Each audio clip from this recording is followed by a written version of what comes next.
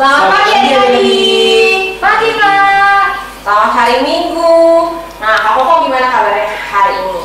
Kabarnya hari ini luar biasa. Nah Kak Koko sehat, luar biasa. Gimana adik-adik semua kabarnya? Masih sehat semua ya? Semoga walaupun kita hari ini masih kembali lagi beribadah di rumah aja, tapi kita tetap mau bersuka cita. Kita mau tetap memuji nama Tuhan dengan sikap yang baik. Kita mau tetap beribadah dengan sikap yang baik walaupun di rumah aja, tapi kita juga mau beribadah bersama-sama dengan baik. Yuk kita mulai ibadah sekolah minggu kita. Kita bangkit berdiri, kita nyanyikan lagu Hari Minggu, Hari Tuhan. Hari Minggu, hari Tuhan, hari segalanya kepadanya, bawa juga kawannya, agar bersama puji namanya.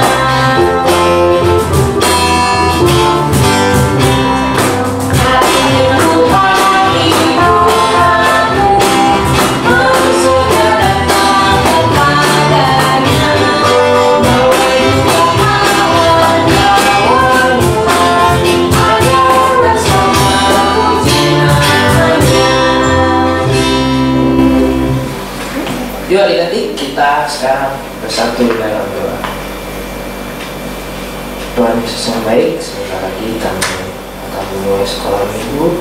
Berkati selama kami sekolah minggu, kami dapat mendengarkan firman-Mu dengan baik. Terima kasih Tuhan Yesus. Haleluya, amin. Nah, Kak Koko, walaupun sekolah minggunya kan di rumah ya. Kak Koko juga kalau ibadah di rumah nggak? Apa jangan-jangan nggak ibadah? Ibadah dong. Oh, ibadah. Nah, sama, kita semua beribadah walaupun di rumah aja, tapi sebagai anak sekolah minggu, kita mau tetap mengikrarkan janji kita sebagai anak-anak sekolah. Betul sekali. Kita biasanya kalau mengikrarkan janji kita sebagai anak sekolah minggu, ya nggak? Apa sih Kak Koko? Aku anak sekolah minggu. Oke, yuk. Masih tetap berdiri, kita menyanyikan lagu Aku Anak Sekolah Minggu.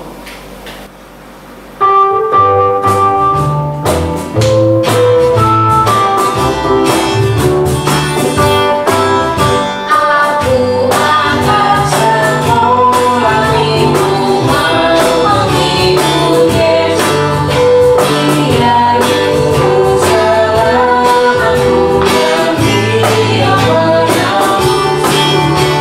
Berjanji tetap dari muridnya, dan bersaksi memberikan firman-Nya seluruh hidup.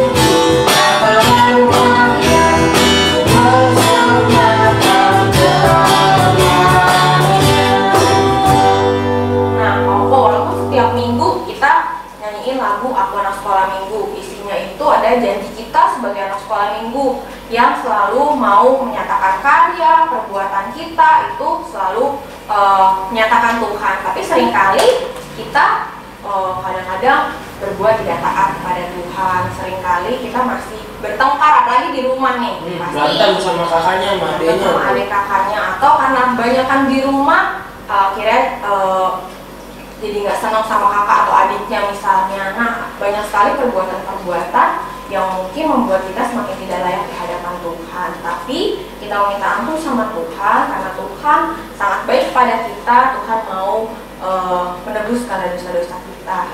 Kita akan mengakui dosa kita di hadapan Tuhan. Tapi sebelum kita berdoa, mari kita nyanyikan lagu Meski Tak Layak Hidup. Meski tak layak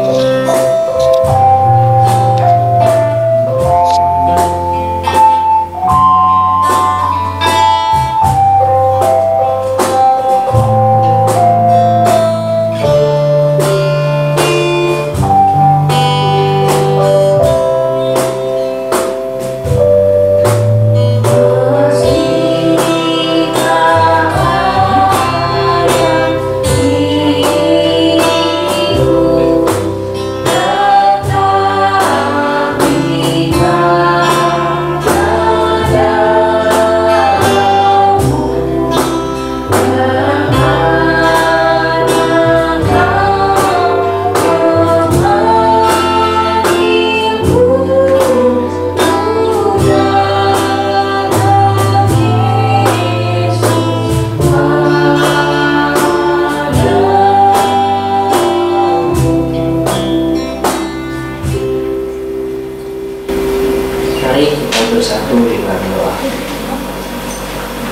Yesus, kamu tahu mungkin dalam seminggu ini kamu telah melakukan kesalahan baik sengaja maupun tidak sengaja, dan itu tidak berkenan. Tuhan mengenai segala kesalahan ini mengajari kamu selalu benar dan cari di hadapan tersebut. Terima kasih Tuhan Yesus. Haleluya. Amin. Nah, adik-adik, sebentar lagi kita mau mendengarkan firman Tuhan. Kalau minggu-minggu lalu kita sudah dengar kelahirannya Isa. Nah, minggu ini masih tentang kelahiran seorang bayi. Tapi kita bayi siapa yang akan kita dengarkan ceritanya hari ini? Nah, sebelum kita mendengarkan cerita hari ini, yuk kita nyanyikan lagu Tuhanlah Penolong. Karena apa? Karena dalam cerita hari ini Tuhan itu menolong dan menyertai bayi ini agar dia bisa selamat, karena Tuhan pasti akan menolong kita semua. Yuk sebelum kita dengerin ceritanya, mari kita nyanyikan lagu Tuhanlah Penolong.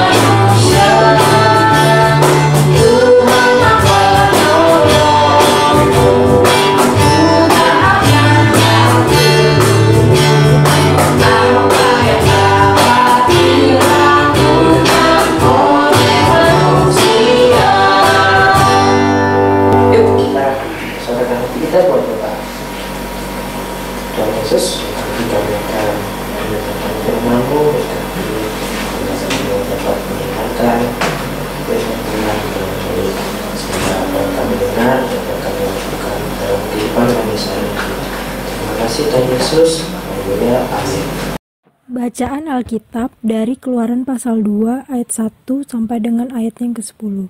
Keluaran pasal 2 ayat 1 sampai dengan ayat yang ke-10. Seorang laki-laki dari keluarga Lewi kawin dengan seorang perempuan Lewi. Lalu mengandunglah ia dan melahirkan seorang anak laki-laki. Ketika dilihatnya bahwa anak itu cantik, disembunyikannya 3 bulan lamanya. Tetapi ia tidak dapat menyembunyikannya lebih lama lagi.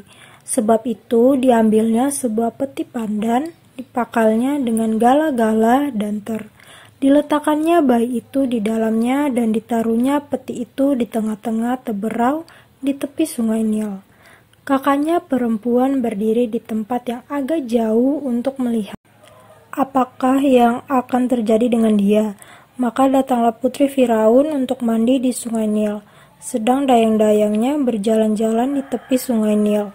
Lalu terlihatlah olehnya peti yang di tengah-tengah teberau itu. Maka disuruhnya hambanya perempuan untuk mengambilnya. Ketika dibukanya, dilihatnya bayi itu, dan tampaklah anak itu menangis.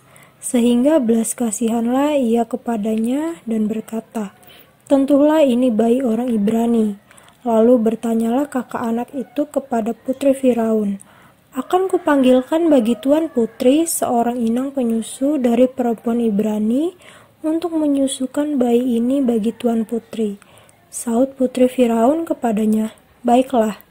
Lalu pergilah gadis itu memanggil ibu bayi itu. Maka berkatalah putri Firaun kepada ibu itu, "Bawalah bayi ini dan susukanlah dia bagiku, maka aku akan memberi upah kepadamu." Kemudian perempuan itu mengambil bayi itu dan menyusuinya. Ketika anak itu telah besar, dibawanyalah kepada putri Firaun yang mengangkatnya menjadi anaknya dan menamainya Musa, sebab katanya, "Karena aku telah menariknya dari air." Adik-adik, pada waktu itu bangsa Israel hidup di bawah kuasa orang Mesir. Setelah Yusuf dan seluruh keluarganya sudah meninggal, keturunan mereka semakin bertambah banyak dan memenuhi tanah Mesir.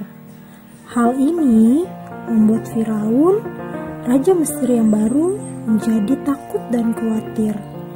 Firaun berpikir bahwa jika orang-orang Israel itu semakin banyak, maka akan menjadi ancaman bagi bangsa Mesir. Jika terjadi peperangan, bisa jadi orang-orang Israel akan bersekutu dengan musuh-musuh orang Mesir. Oleh karena itu, Firaun mengeluarkan 3 perintah. Perintah yang pertama yaitu membuat kerja rodi atau kerja paksa. Jadi orang-orang Israel dipaksa bekerja dan harus mendirikan 2 kota pembekalan, yaitu Pitom dan Ramses. Adik-adik bisa lihat di Keluaran pasal 1 ayat yang ke-11. Nah, kemudian ternyata perintah yang pertama ini tidak membuat orang Israel menjadi berkurang, justru membuat mereka semakin berkembang dan semakin bertambah banyak.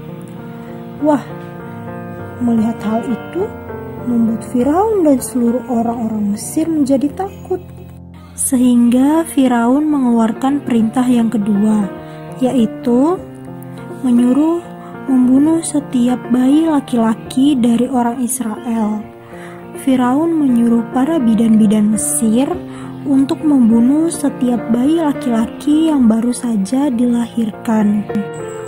Akan tetapi ada 2 bidan Mesir yang takut kepada Tuhan dan tidak melakukan perintah dari Firaun. Mereka adalah Sifra dan Pua. Mereka tidak melakukan seperti yang dikatakan oleh Raja Mesir kepada mereka dan membiarkan bayi-bayi itu untuk hidup.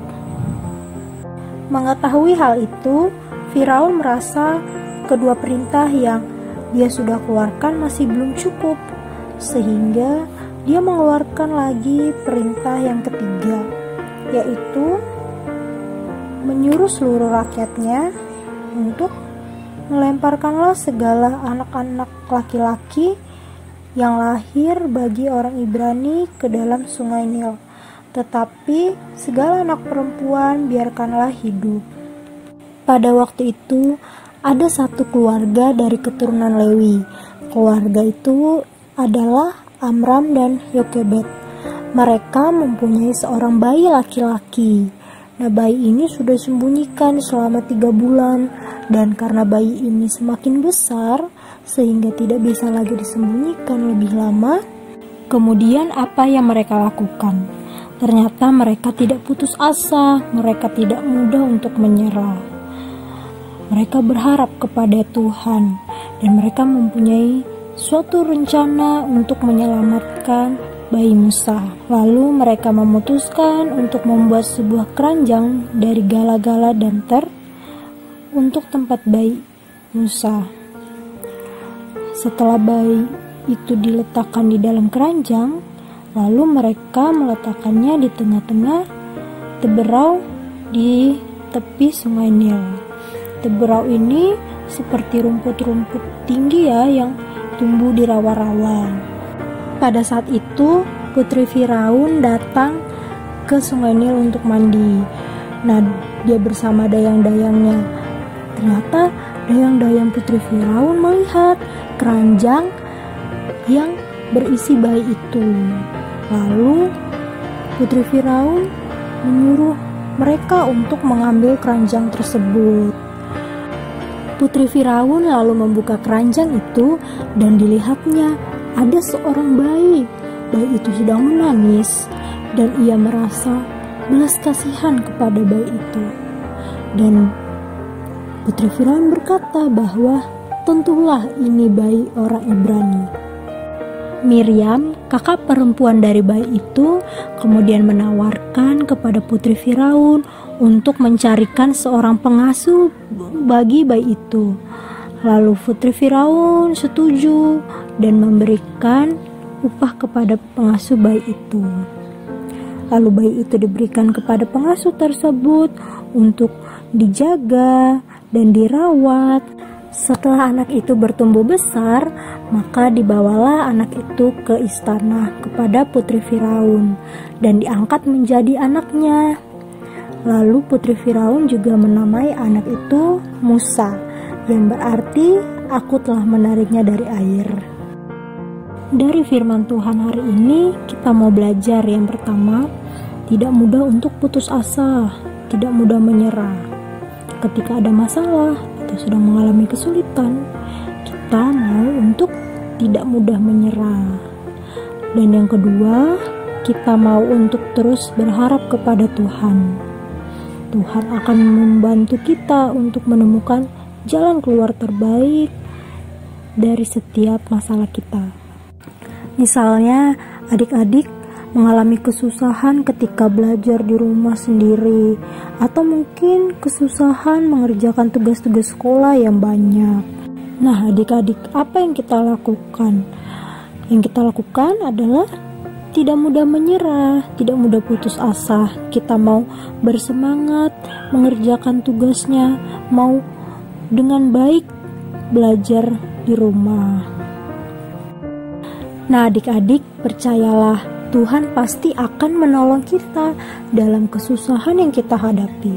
Tuhan pasti akan menyertai kita untuk membantu kita menemukan jalan keluar terbaik dari setiap permasalahan kita.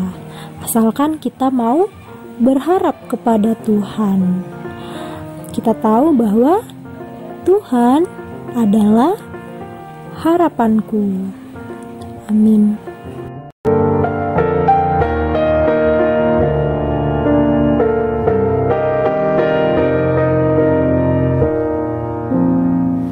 Kita sudah mendengarkan firman Tuhan hari ini. Nah, kita belajar bahwa Tuhan itu akan selalu menyertai kita. Apapun masalahnya, apapun yang terjadi, kita harus ingat bahwa Tuhan itu pasti akan menyertai kita. Tuhan itu akan menolong kita. Jadi kita nggak perlu mungkin kita kadang takut, kadang kita khawatir, tapi satu yang harus kita ingat bahwa Tuhan akan selalu menyertai dan menolong kita. Nah, sebagai respon kita atas firman kita hari ini, karena Tuhan selalu menolong kita mau memberikan yang terbaik dari hidup kita mau memberikan persembahan kita. Nah, adik-adik, persembahannya boleh, karena kita belum datang ke gereja, boleh adik-adik kumpulkan dulu di rumah. Nanti kalau misalnya kita sudah bisa kembali lagi beribadah bersama-sama di sekolah minggu di gereja, kita bisa kumpulkan bersama-sama. Yuk, sambil kita mengumpulkan persembahan, mari kita nyanyikan lagu Terima Kasih Seribu.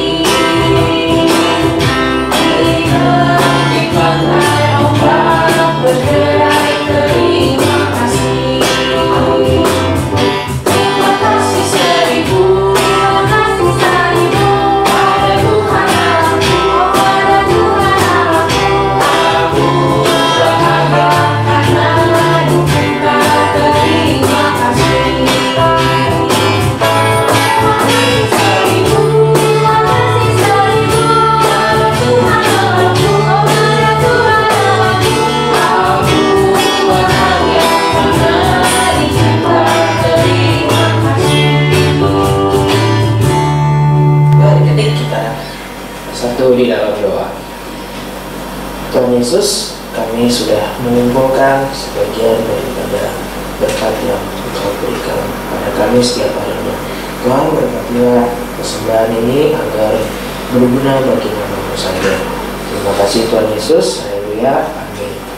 Nah, Kak, kita mau nyanyi sekali lagi nih, Kak, yang lagu tema kita untuk mendengarkan kita tadi. Apa ya, Kak ya? Tuhanlah penolong. Oke.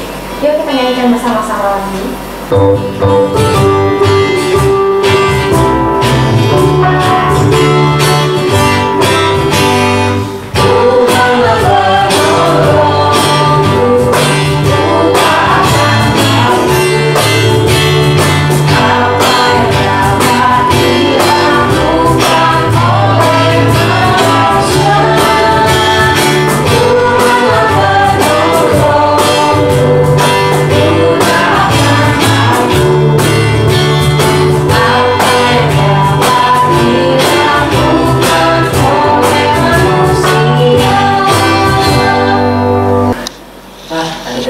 Kita mau mengakhiri sekolah minggu kita hari ini, tapi apa yang kita pelajari hari ini adalah kita harus selalu ingat bahwa Tuhan selalu menolong dan menyertai kita.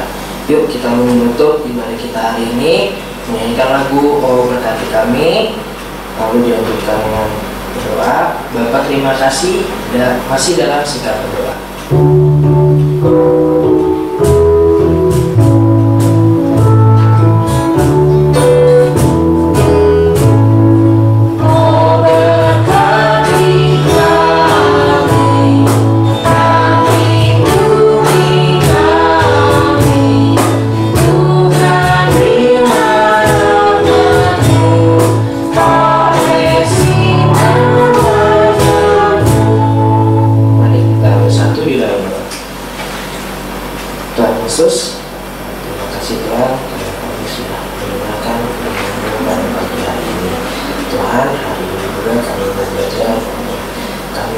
selalu menyelamatkan engkau karena engkau selalu menyertai dan membimbing kami setiap waktu. Tuhan, ibadah kami telah selesai. Terima kasih Tuhan Yesus. Haleluya. Amin. Ini